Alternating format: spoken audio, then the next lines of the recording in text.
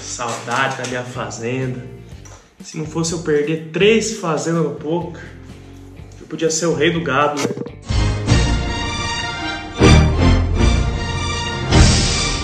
Você já ouviu essa história de alguém? Esse vídeo é pra você. Eu sou Felipe Catu, esse é o Grind Life. Vem comigo.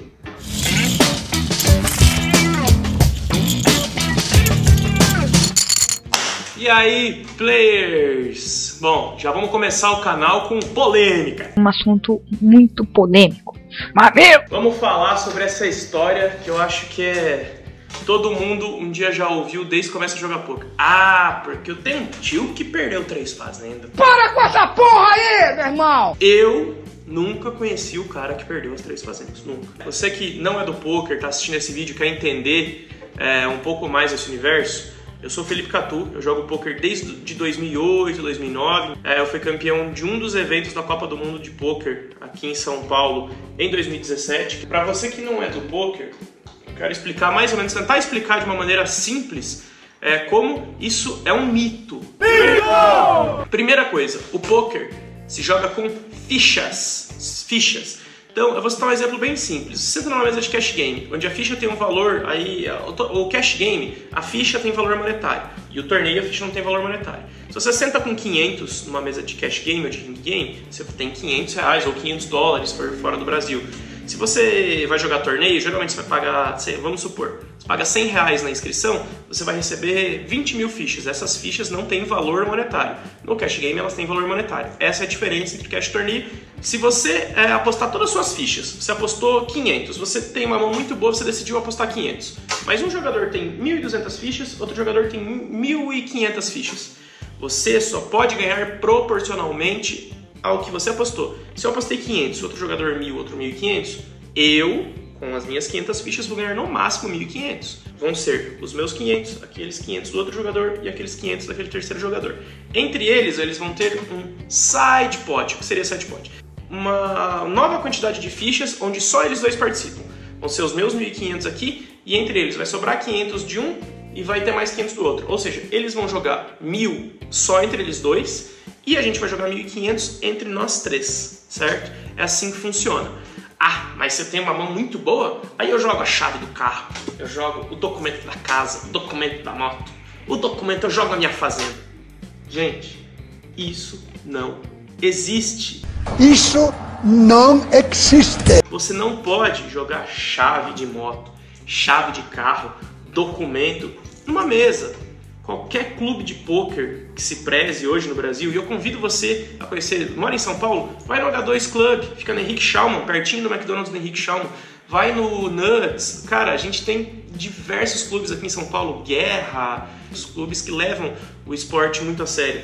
Isso não é permitido, isso é antiético, isso eu jogo desde 2008, eu nunca vi isso acontecer. Eu, no poker moderno, do jeito que é jogado hoje no Texas Hold'em ou no Omaha, se alguém te falou que isso aconteceu, eu desafio você a trazer essa pessoa e ela dar a versão dela, mostrar que isso é uma verdade. Todo esse tempo aí que eu jogo poker, aí, praticamente 10 anos, nunca vi. É mentira. Mentiroso. O poker não é como mostra nos filmes. Charuto, aquele ambiente insalubre, escuro. Eu vou colocar algumas imagens aí de campeonatos de poker, seja BSOP, KSOP, CPH, WSOP, né? Todas essas siglas, elas representam ou o Campeonato Brasileiro, ou o Campeonato Mundial, ou séries nacionais, internacionais. É um ambiente esportivo. Essa é a primeira coisa que você tem que entender.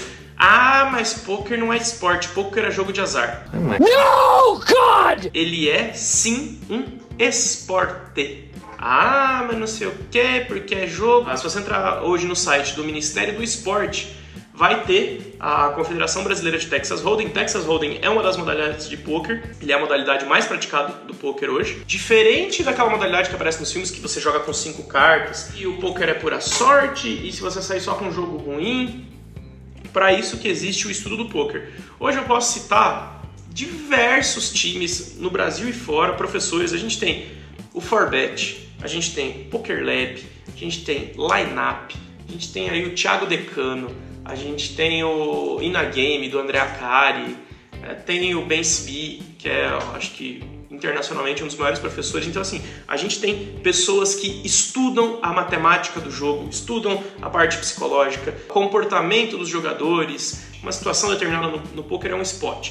A gente estuda os spots para ver onde ele é lucrativo, onde ele não é, se existe aspecto matemático, se existe estudo, se existem pessoas que dedicam a sua vida a estudar poker. Como ele é um jogo de azar, não faria o menor sentido. Você conhece algum profissional de roleta? Você conhece alguém que seja um profissional aí de maquininha de caça-níquel? Não, esse cara aqui, ó, na terceira puxada, ele dá sempre certo. Cara, isso sim é jogo de azar, onde você depende exclusivamente da sorte. O poker, você depende muito mais da sua habilidade e você vai ter aspectos matemáticos, aspectos aí principalmente estatísticos e comportamentais que vão definir as suas decisões. Ou seja, o poker é um jogo de tomada de decisões. Quanto mais decisões boas, corretas você acertar, mais lucro você vai ter no longo prazo, certo? É assim que funciona.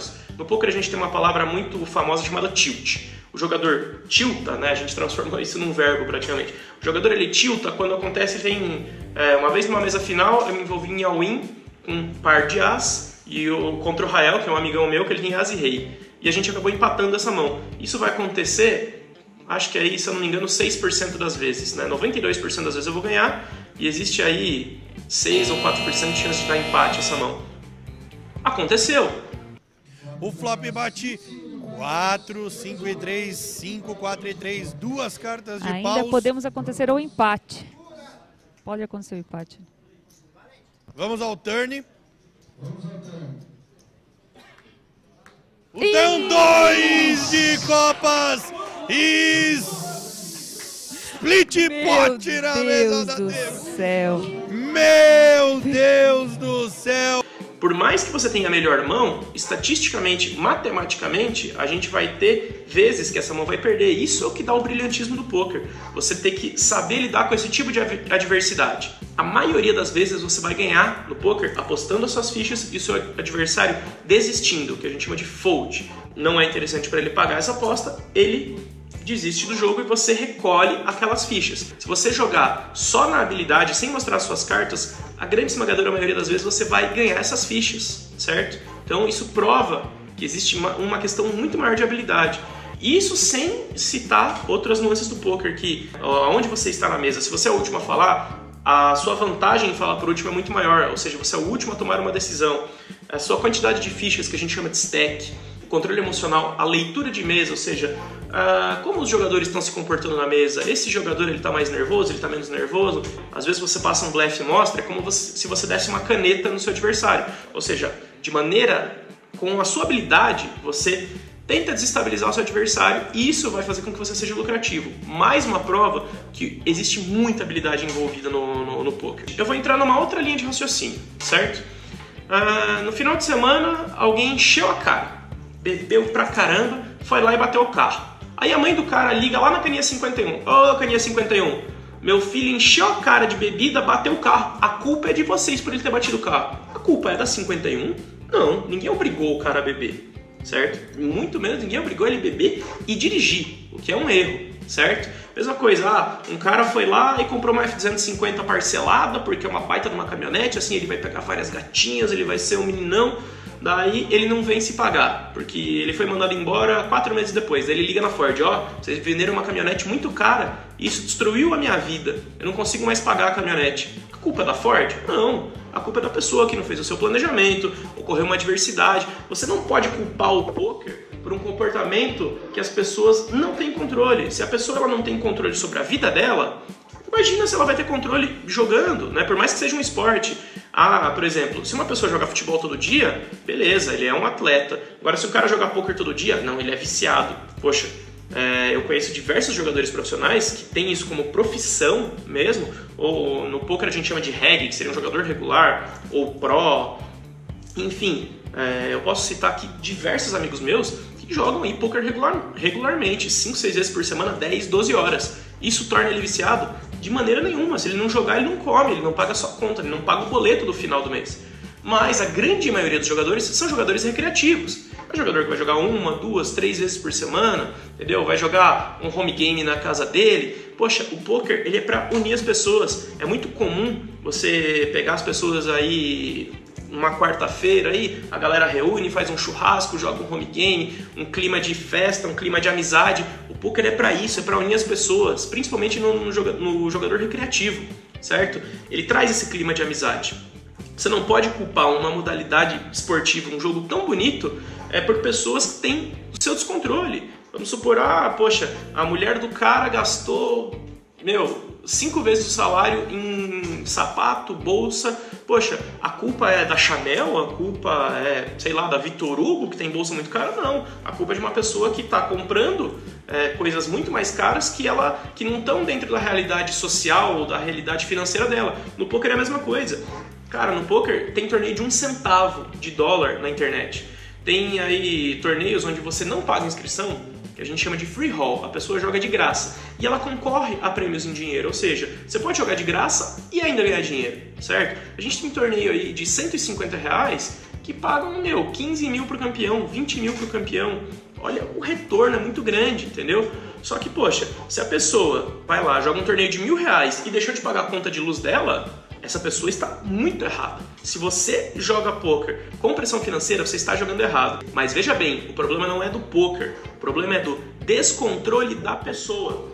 Assim, não vai fazer mal a pessoa, poxa, eu vou tomar uma cervejinha no final de semana, comer uma carninha, mas poxa, se o cara beber todos os dias excessivamente, isso vai fazer mal pra ele, entendeu? No poker é a mesma coisa, você é um jogador recreativo, poxa, vamos jogar um torneio barato pra se divertir, quem sabe ganhar uma premiação em dinheiro, mas o cara chega no final do mês, ele gastou R$4.000 em inscrição de poker e atrasou a conta de luz, atrasou a conta de água, isso é um erro. A gente tem algo que seria uma empresa muito parecida ao capital de giro, chamado bankroll. Bankroll seria mais ou menos o dinheiro que você tem disponível para jogar. Se você tem R$5.000 disponível para jogar, você não vai jogar um torneio de R$2.000, de R$3.000. No online aí, você vai premiar mais ou menos 20% das vezes. No poker ao vivo, talvez 30%, 35% das vezes se você for um bom jogador. Ou seja, na grande maioria das vezes, você vai perder. Você não vai entrar na premiação. Isso é um termo que a gente usa no poker chamado variância. Isso é normal. A gente tem um estudo para isso. Quem estuda poker de maneira estatística, de maneira matemática, sabe que a variância é normal. Às vezes mesmo a melhor mão acaba perdendo, porque é um jogo que envolve estatística. Isso é o que torna o poker totalmente atrativo, totalmente mágico e deixa esse esporte maravilhoso. Onde um jogador recreativo, um jogador que talvez não estude tanto, tenha condições de disputar contra um jogador profissional e às vezes ganhar. Você não vai ver isso no tênis, você não vai ver isso, acho que na sinuca. Como eu falei antes, poker é um jogo de tomada de decisão.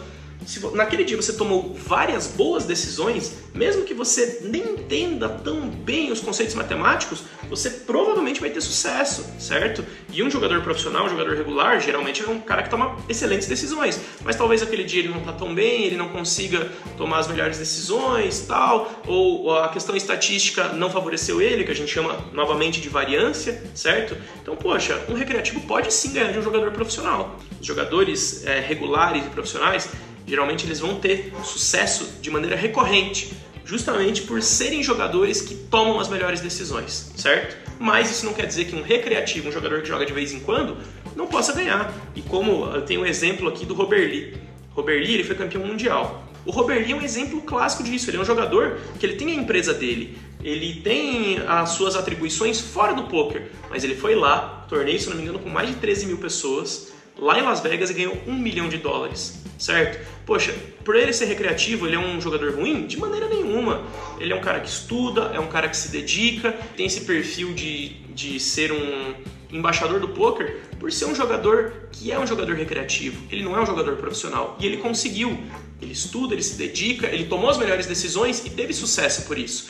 Isso que eu não estou falando dos milhares de empregos e da receita que o poker gera no Brasil e no mundo. Poxa, hoje a gente tem aqui num evento gigantesco desse aí, como o BSOP, KSOP, o CPH, todos esses grandes eventos, a gente tem os dealers, que são os croupiers, as pessoas que distribuem as cartas, cuidam do jogo. A gente tem os floors, seriam assistentes da direção de torneio, diretor de torneio. A gente tem equipe de montagem, a gente tem equipe de bar, a gente tem equipe de limpeza, segurança, transmissão, a gente tem, imprensa, a gente tem, grupo Super Poker, a gente tem transmissão ao vivo, tem o portal Mais EV, cara, eu posso citar diversos jornalistas que estão envolvidos. Então, gente, é uma cadeia muito grande de profissionais que estão envolvidos nisso, que sustentam suas famílias com o dinheiro que vem do poker, sim, e é um dinheiro suado. As pessoas todas as pessoas que estão envolvidas no poker têm que ter conhecimento técnico. O poker, ele sustenta muitas famílias no Brasil. E por fim, galera, tá com alguma dúvida? Deixa aqui nos comentários, prometo que eu vou responder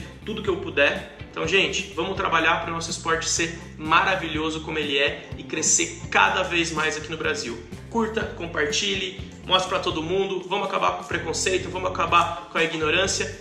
Eu sou Felipe Catu, esse é o Grind Life, GL para todo mundo. E é isso aí, galera. Até mais, players!